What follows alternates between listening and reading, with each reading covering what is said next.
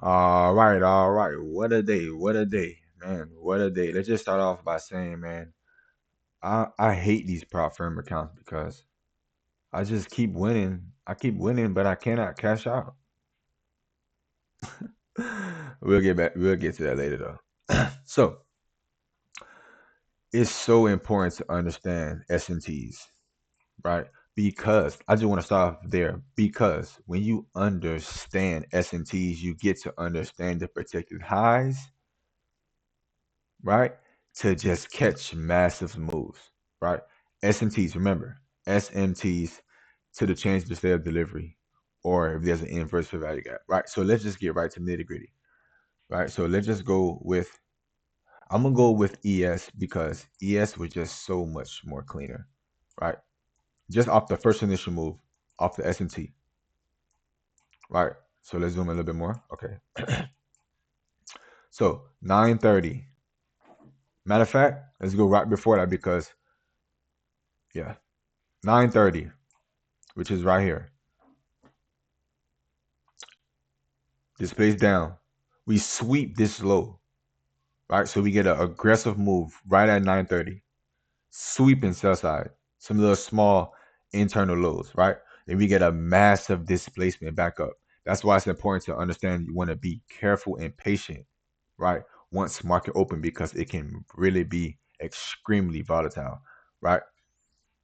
Remember, it's important to be patient, have a good strategy, good risk management, and discipline, right? So we get an aggressive move, right? This is where everything happens, and this is where I kind of call. This is where I call my play right here off the change in the state.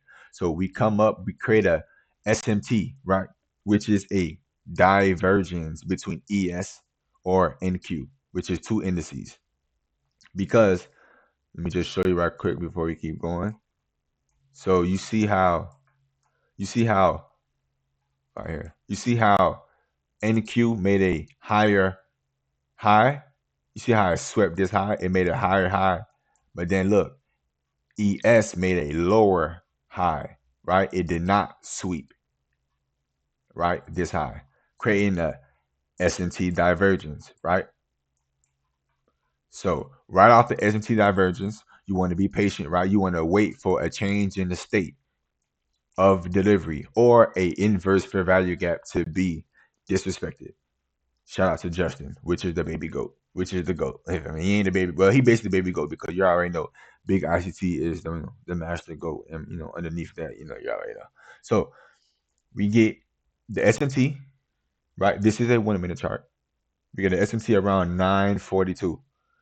We get the move down, comes back up. Remember, you're looking for a change in the state of delivery, which is AKA order block. We get the change in the state right here. We get the close. So it what's the word I'm trying to what's the word I'm trying to it basically like not guarantee, it basically like signifies like once, so the change in the state happens once it closes right here, once it closes underneath right here, right, like right here. You see how it wicked right here, so it didn't close below. It's not a change in state. So right here you're looking for a close below this low, right? Preferably below the wick, right, to create the order block, right? So we get the change in the state right here, leaving a fair value gap. We get an aggressive move down, right? I'm gonna explain this zone in a moment. We get an aggressive move down, coupled with the order block and the change in the state with the fair value gap, right? With multiple volume imbalances, right? Showing that we're super heavy to the downside, right? We get an aggressive move down.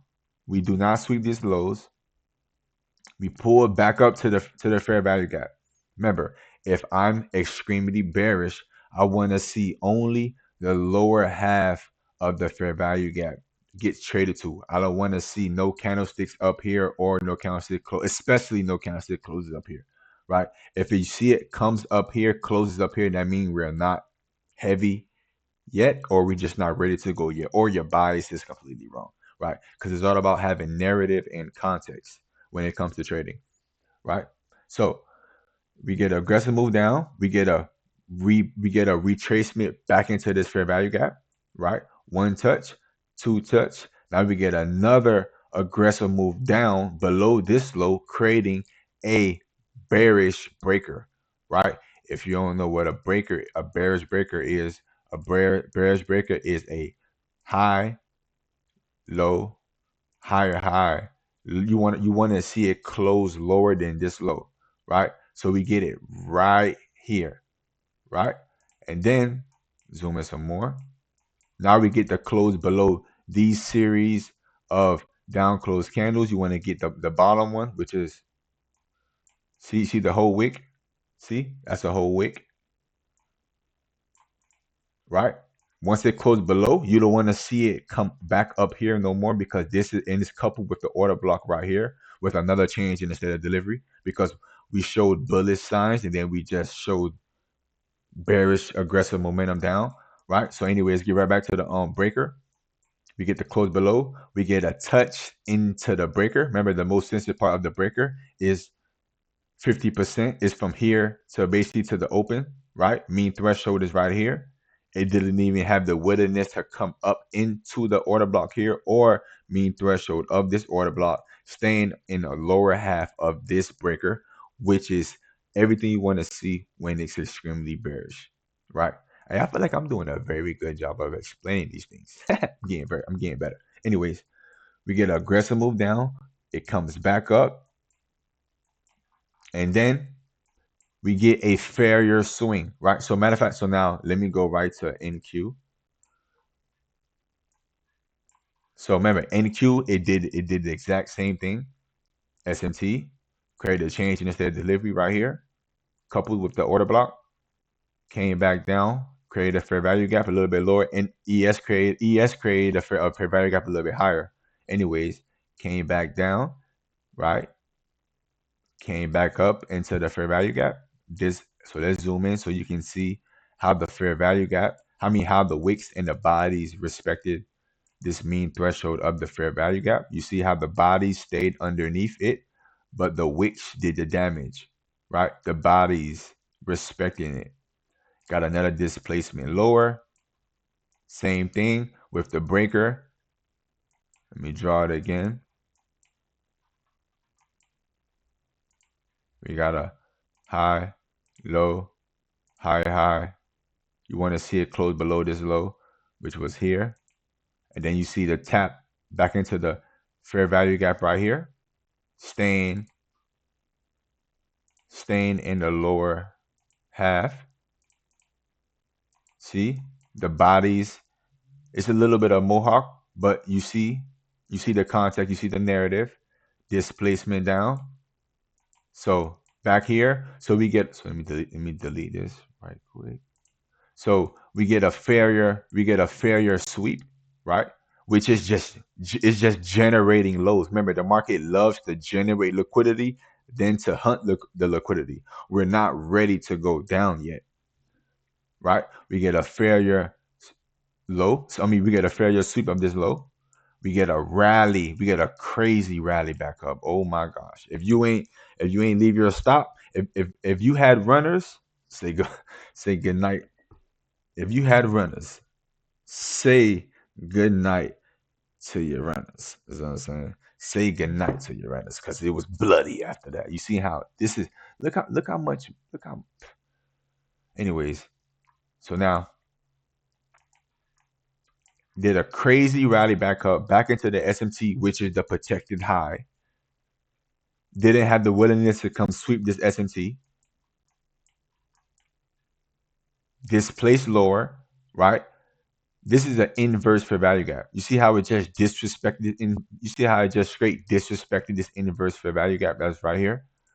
Disrespected it, came back up, tapped it, which what you want to see if you're bearish, then displacement right back down, came right back to this fair value gap, swept some internal highs right here, and then it just rallied to the downside. Look at that. And then it sweep these lows, right? And then it sweep the lows, and then use the same low right here as resistance. Remember, because this is support, right? Support, bounce, support, bounce support, broke, old support turned into new resistance, right? If it's a real key level, right? Came back to it, came back into the range, displaced lower, right? Then eventually later on throughout the day, came back up, and this is where price is right now. So let me get back to myself because I'm having a problem, man. So it's like every single time, show you this stuff. So every single time that I get a new prop firm, and I just